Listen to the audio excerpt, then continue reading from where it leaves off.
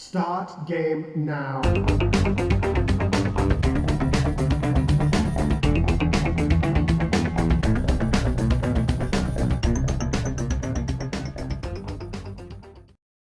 Welcome, fans, to another edition of the Notes for Gamer. Today, Scrooge is joining me because he rocks a pretty mean hat. And so does Hat Trick. Get it? Hat Trick? Anyways, we're going to look at Hat Trick for the Atari 7800 Pro system. It features a pair of hockey players who look like they just got out of the mines. They look really dirty. Their faces look dirty. Their jerseys look dirty. One guy's for Atari and the other guy's for the Green Portrait Company. Yeah, go Atari! So let's take a look at the back, and we got two screenshots. We got a screenshot of some hockey action, and then a screenshot of the Zamboni, because that's one of the most exciting parts of the game, I guess. But let's go ahead and find out if this is sizzling hockey action on cool ice, and pop this super game cartridge into our Atari 7800 Pro system. Let's go ahead and go to the game, and you guys should really take a shower. From Atari in 1987, Hat Trick is based on the Bally 1984 arcade game of the same name. Hat Trick is a 2-on-2 hockey game for 1 or 2 players. The term hat trick itself in hockey is a term for scoring 3 goals in a game or a period, but in this game, if you score 3 goals, absolutely nothing happens. But it does have a Zamboni at the end that cleans up. When playing the computer, you could choose from 2 different difficulties, either novice or expert. But there is no normal, because I guess there's no normal in hockey. But you know what there is in this game? A Zamboni. Now, if there is one thing that early sport titles show us, it's that in the future, all sports will be consolidated to 2 teams, and those teams will have a limited number of players. And typically, one team will be red and one team will be blue. And I'm guessing that that's because the government will take over sport teams at some point, and the Democrats will have a team and the Republicans as well. Each game in Hat Trick lasts only 2 minutes, unless there is a tie, when then you will go into sudden death overtime. And after the game is over, you get to watch a Zamboni clean the ice. How cool is that?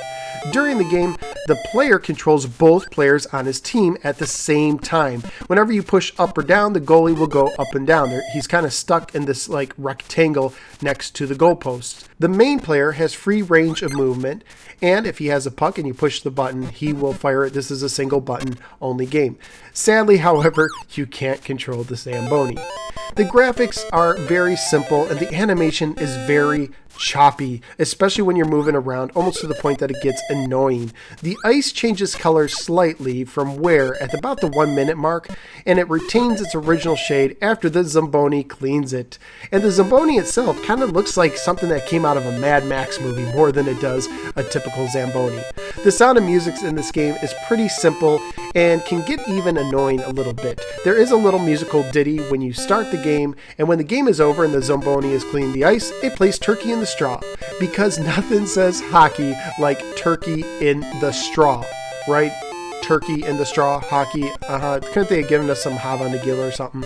Now, it is a family-friendly sport game, and it's also a cheap game to get. On eBay, loose copies went for $4, and that includes shipping. Complete copies were going for about $7, and new copies were going for $8. On Facebook and Twitter, I asked people what they thought of this game, and over on Twitter, both Robert and Vector Gamer both basically told me that this game was terrible, and Vector Gamer actually said that he donated his copy so it could be turned into a homebrew. How bad has a game have to be where you donate it to get hacked to pieces just to put a different game in it?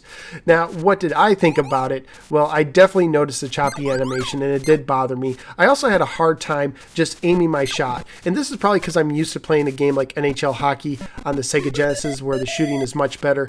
But despite all my problems, I still found it pretty easy to beat the computer. On the novice level, all I had to do was let the computer shoot at my goalie. If it hit my goalie and bounced off of him, it typically 9 times out of 10 would go all the way back into the computer's goal, with his goalie not moving at all. So I think on the novice level, the goalie for the computer is really, really dumb.